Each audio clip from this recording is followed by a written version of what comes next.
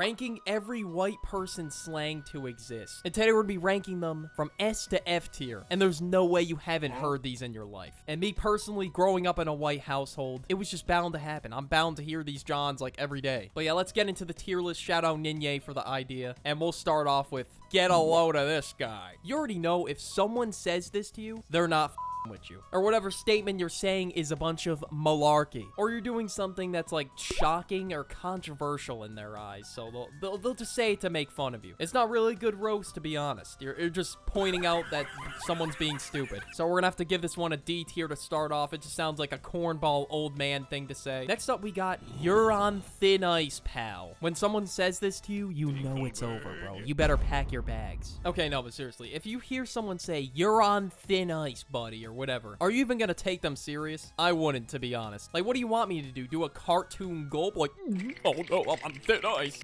Okay? We're not in a cartoon. It's like the last straw type of thing. They're kind of just saying that it's the last straw, all right, and you're done. But thin ice, C tier. It's not really that threatening. It just sounds goofy and corny. I don't know. Then we got newsflash, buddy. If you get hit with this, you already know you're about to be proven wrong. You are about to lose the argument. Someone pulls up with the, well, newsflash, buddy. No, you're done for. You might as well wrap up what you're about to say because you're already about to be proven wrong. You're about to lose the argument. If you get hit with that newsflash, buddy, you just know that there's beef, that they took it personally. S tier. Next we got, with you and what army? Basically saying you're not strong enough to do something, or the task that you're about to do is difficult. If someone says you and what army to you, just cut them off because they don't believe in you unless the task is physically impossible. Oh yeah, Dad, you know, I wanted to start a YouTube channel, you know, maybe make some bread. This could be my full-time job, Dad. Like, this would be awesome. Oh yeah? With you and what army?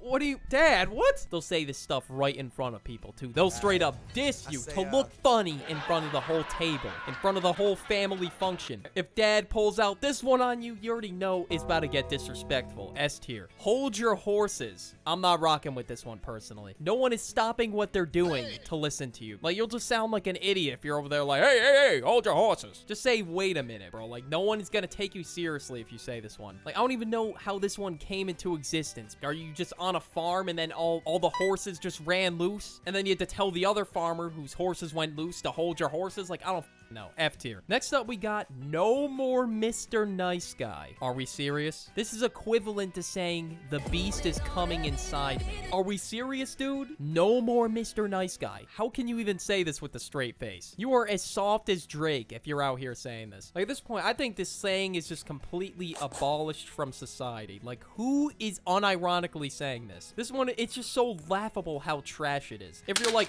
tormenting some dude or, like, annoying him, and he says, no more Mr. Nice Guy, you're gonna continue to torment him. You know what? You're gonna torment him even more. You sound like you're going through your Joker arc, but in reality, you're really soft. G tier. That shit's not even on the tier list. Now, this next one is pretty similar to no more Mr. Nice Guy. We got, why I oughta. You're not in a cartoon. Old man Jenkins will usually bust out this slang if someone steps on his property. If someone just, like, steps 1 inch on his property, he's gonna bring out this slang. Hey, get the fuck off my property, will you, two bums? Why I oughta? And usually when he says, why I oughta, we gotta have the fist swing in the air. Just jittery fist in the air. Like, why wouldn't this wouldn't be iconic without that? This one is so funny, so B tier. That's rich coming from you. When someone's being a hypocrite, people will bring out this saying right here. This one is a saying to look very sophisticated. People say this one to sound very sophisticated and high IQ, and they just really want to point out someone's hypocrisy so bad when it's really not that deep, to be honest. Well, actually, this is very rich coming from you, the duck. Like, honestly, when someone unironically says this, I just laugh.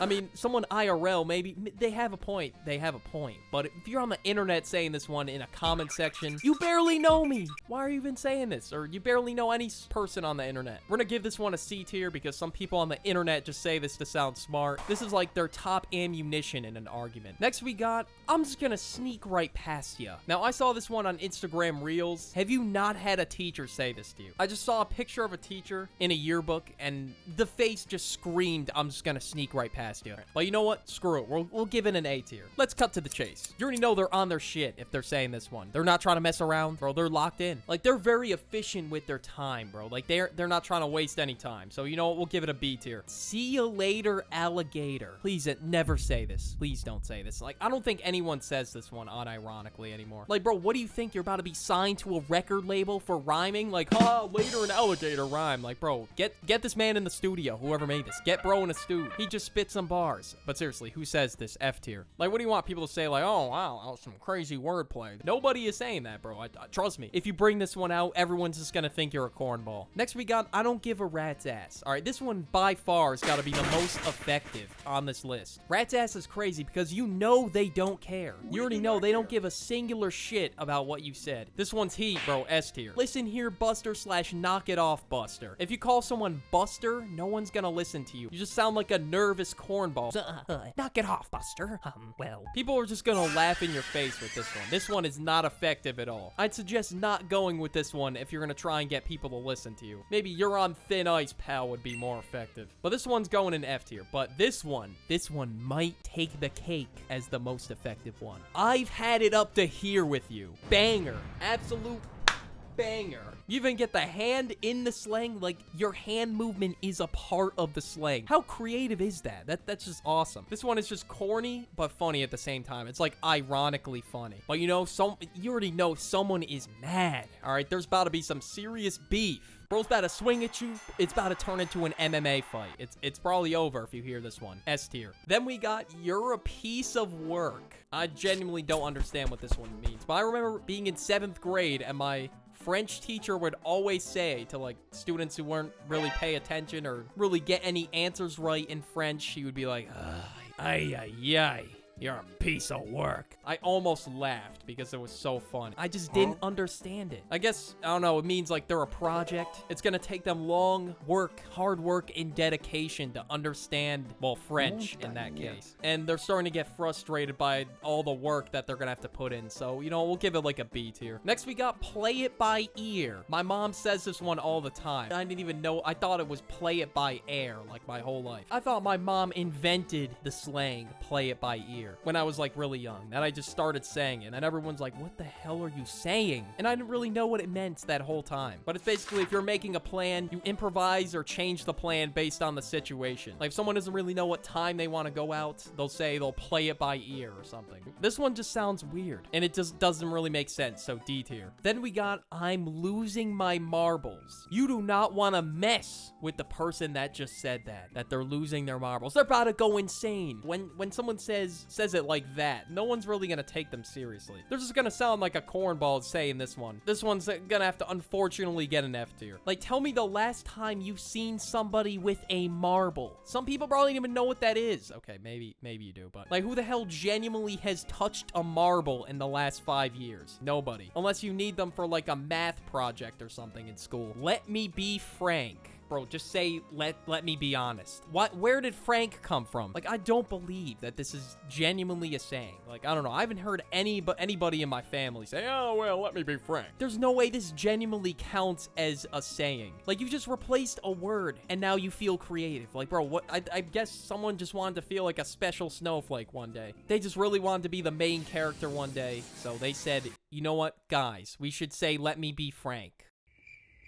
This is the most pointless one on the list, F tier. But instead, you know, to make it up, we got a classic. Barking up the wrong tree. You already know. It's either A, you're just in the wrong lane in terms of like who you're asking, like you're asking the wrong person, or B, you're about to get the smoke. People use it in both ways. This one will give it like a solid A tier. Be there or be square? What does square mean? Like, what a shitty insult. I'm sorry. This has got to be the worst insult in the book. Just a square in general. But if you're not raving at the function, bro, if you're not there, you're a square, apparently. You are not cutting deep with the lingo square. No one is showing up to your party if you say be there or be square. G tier. This one's horrible. Let's blow this popsicle stand.